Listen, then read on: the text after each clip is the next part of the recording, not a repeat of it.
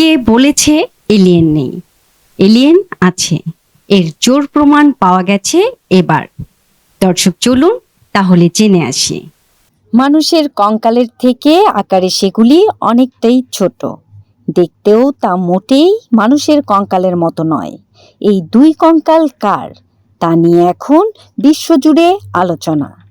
কঙ্কাল দুটি সবার নজরে আনেন বা আলোচনায় আনেন মেক্সিকোর সাংবাদিক জেমি মাউসন।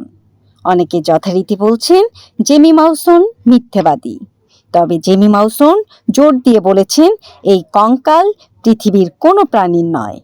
তিনি শুধু এলিয়েন কঙ্কালের ছবি তুলে বা ভিডিও করেই থেমে থাকেননি, তিনি সেগুলো প্রদর্শন করেছেন এমনকি মেক্সিকোর পার্লামেন্টে। দেশটির আইন প্রণেতাদের দাবি এই কঙ্কাল পৃথিবীতে বসবাসকারী কোনো প্রাণীর নয়। এই কঙ্কাল ঘিরেই ফের ঘুরপাক খাচ্ছে ভিনগ্রহী তত্ত্ব। প্রীতিলতা, তরঙ্গ টিভি।